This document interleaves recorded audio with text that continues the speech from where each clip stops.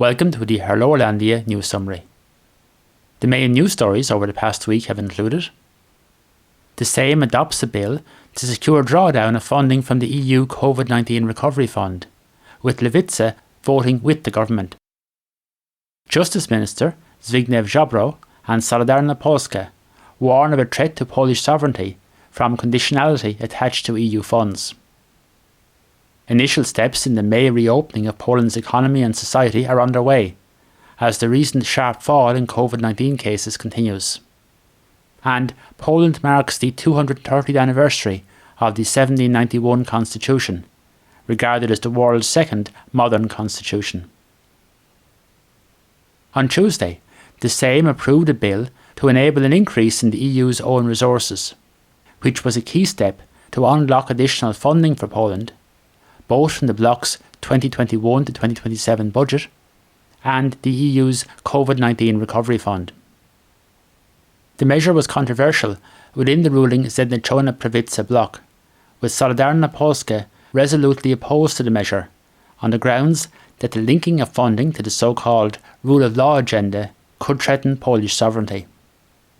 The debate itself was contentious, with Justice Minister Zbigniew Ziobro, who had indicated that he wished to speak, not being called by Sejm Speaker Elżbieta Witek from the senior coalition partner Prawo i Sprawiedliwość.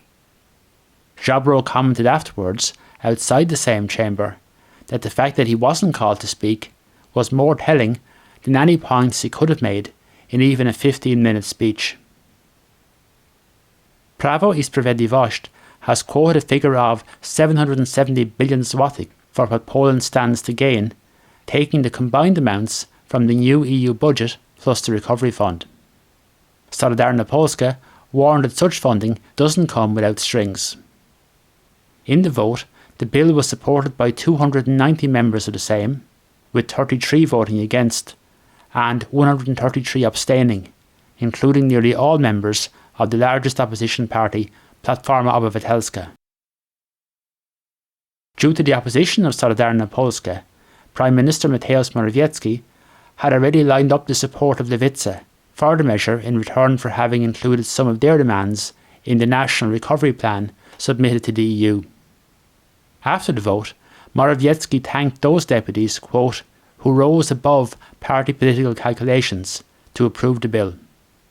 In addition to Lewica, the bill was also supported from the opposition benches by the PSL and Polska 2050.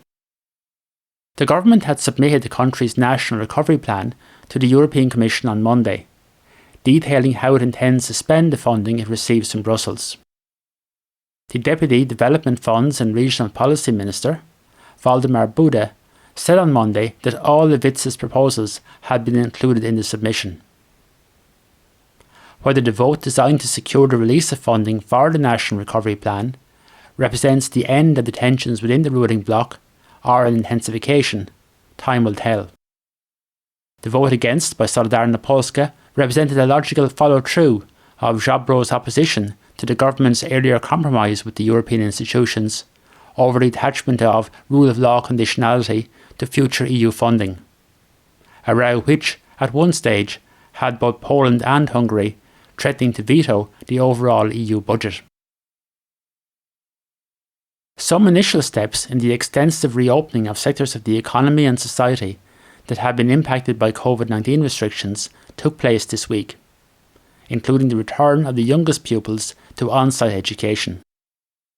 Poles were, however, officially urged to remain at home rather than embarking on long trips during the recent extended May weekend. The recent sharp reduction in reported COVID-19 cases in Poland has continued over the past week. On Wednesday, Poland reported 3,896 new COVID-19 cases and 349 deaths, at least partially attributed to the virus. Wednesday's figures had brought the total number of reported cases since the outbreak began to 2.81 million, and the total number of deaths to 68,482. The country's vaccination programme is continuing to be rolled out, with some people queuing for vaccination over the bank holiday weekend. The total number of vaccine shots administered has now surpassed the 12 million mark. As of Wednesday, vaccination figures show that 12.23 million people have received a COVID-19 vaccination, of which 9.19 million have received one dose and 3.18 million are fully vaccinated. Last Friday, Statistics Poland issued an initial estimate showing that in April, annual inflation in the country stood at 4.3%, up from 3.2% in the previous month. The figure was somewhat higher than that anticipated by most commentators. The government's 2021 budget targets an inflation rate of just 1.8%. Last Friday, Eurostat reported that unemployment in Poland, based on its calculation methodology, remained the lowest of all 27 EU member states, at just 3.1%, with the Czech Republic just slightly behind at 3.2%.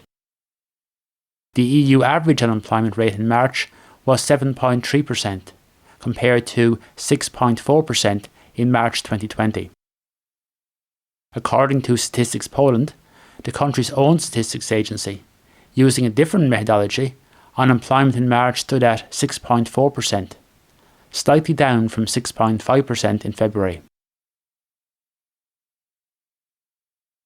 From Tuesday, pupils in Poland began the annual Matura school leaving exams, commencing with Polish, followed by Maths on Wednesday and English on Thursday. These are the compulsory subjects, but most students take additional subjects to secure university admission. This year, the exams are being taken by 271,000 recent school leavers and 96,000 others who are repeating the exams in the hope of securing better grades. On Sunday, Ekstraklasa side Raków Częstochowa defeated lower league opposition from Arka Gdynia 2-1 to win the Polish Football Cup. It was the first time that Raków Częstochowa had won the national cup title in their 100-year history.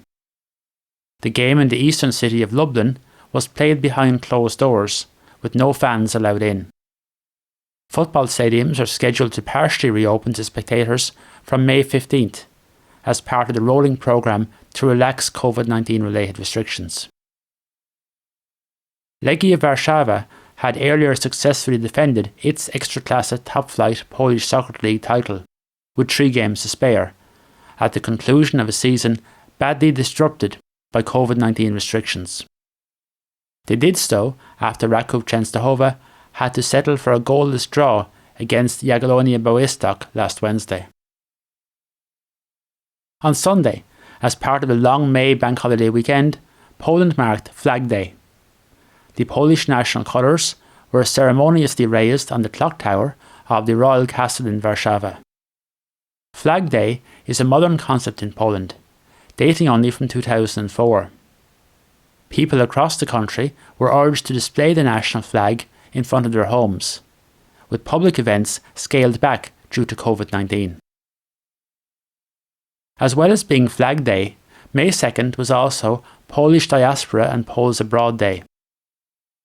In a message to mark the occasion, Foreign Minister Zbigniew commented that, "I wish all our compatriots living abroad the very best of luck. Thank you for cherishing Polish culture and tradition, for being faithful to the language and faith of our fathers, for your love of our common homeland, Poland." On Monday, Poland marked the 230th anniversary of the historic constitution of the Polish-Lithuanian Commonwealth, adopted on May 3rd, 1791, which is regarded as the world's second modern constitution, following the US Constitution of 1787. Parliamentarians from Poland and Lithuania held a joint online session on Monday to mark the anniversary. Lithuania's president, Gitanas Nausėda, attended the session in person in the Sejm along with President Duda and Prime Minister Morawiecki. Duda told the session that the 1791 constitution should be a constant inspiration among the challenges of the 21st century. Although the 1791 constitution didn't long survive, with Poland being partitioned between Prussia, Austria and Russia. The document remained a symbol of Poland's desire for freedom. May 3rd was reinstated as a public holiday in 1919, and again in 1990, following the fall of communism. That's all for this week.